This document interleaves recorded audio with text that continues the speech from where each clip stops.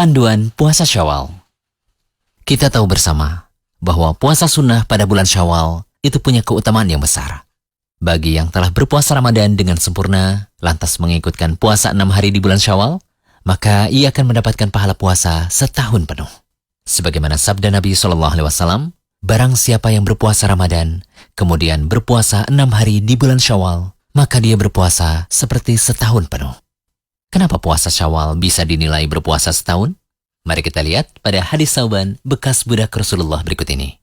Dari Rasulullah SAW, beliau bersabda, barang siapa berpuasa 6 hari di bulan Syawal setelah Idul Fitri, maka ia telah menyempurnakan puasa setahun penuh. Karena siapa saja yang melakukan kebaikan, maka akan dibalas 10 kebaikan semisal. Hadis riwayat Ibnu Majah.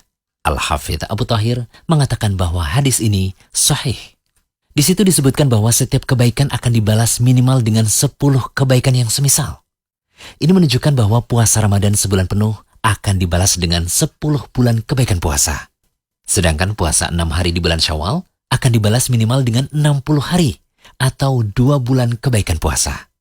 Jika dijumlah, seseorang sama saja melakukan puasa 10 bulan ditambah 2 bulan, yang hasilnya sama dengan 12 bulan.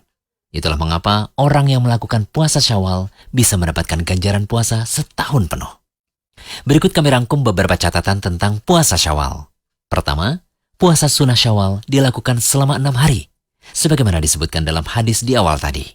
Kedua, puasa Syawal lebih utama dilaksanakan sehari setelah Idul Fitri, namun juga tidak mengapa jika diakhirkan, asalkan masih di bulan Syawal. Syekh Muhammad bin Shalih Al-Utsaimin rahimahullah berkata, para fuqaha berkata bahwa yang lebih utama 6 hari puasa Syawal dilakukan setelah Idul Fitri atau 1 Syawal secara langsung. Ini menunjukkan bersegera dalam melakukan kebaikan. Ketiga, puasa Syawal lebih utama dilakukan secara berurutan. Namun juga tidak mengapa jika dilakukan tidak berurutan. Syekh Ibnu Utsaimin juga berkata, lebih utama puasa Syawal dilakukan secara berurutan, karena itulah yang umumnya lebih mudah. Itu pun tanda berlomba-lomba dalam hal yang diperintahkan. Keempat, usahakan untuk menunaikan qada puasa terlebih dahulu, agar mendapatkan ganjaran puasa Syawal, yaitu puasa setahun penuh. Ibnu Rajab Al-Hambali rahimahullah berkata, siapa yang mempunyai kewajiban qada puasa Ramadan, hendaklah ia memulai puasa qadanya di bulan Syawal. Hal itu lebih akan membuat kewajiban seorang muslim menjadi gugur. Bahkan puasa qada itu lebih utama dari puasa 6 hari Syawal.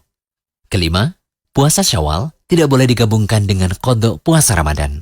Kami tegaskan sekali lagi ya, tidak boleh melakukan puasa 6 hari di bulan Syawal dengan niat ganda, yakni menggabungkan puasa sunnah dan mengqada puasa Ramadan yang pernah ditinggalkan. Karena meninggalkan puasa ketika Ramadan, baik karena alasan yang dibenarkan maupun tanpa alasan, itu wajib untuk diqada. Sementara puasa 6 hari Syawal itu hukumnya sunnah. Oleh karena itu, hendaknya orang yang memiliki utang puasa terlebih dahulu mengqada utang puasa Ramadan, baru kemudian melaksanakan puasa sunnah 6 hari bulan Syawal. Keenam, puasa Syawal boleh digabungkan dengan puasa sunnah Ayyamul Bid atau puasa sunnah Senin Kamis. Syekh Muhammad bin Shalih Al-Utsaimin rahimahullah berkata, jika puasa 6 hari Syawal bertepatan dengan puasa Senin atau Kamis, maka puasa Syawal juga akan mendapatkan pahala puasa Senin. Begitu pula puasa Senin atau Kamis akan mendapatkan ganjaran puasa Syawal.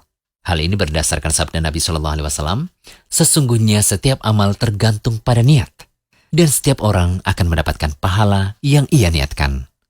Ketujuh, mengenai niat puasa Syawal, boleh kok berniat di siang hari, tapi selama belum makan dan minum sejak subuh ya, dan boleh membatalkan puasa ketika melakukan puasa sunnah.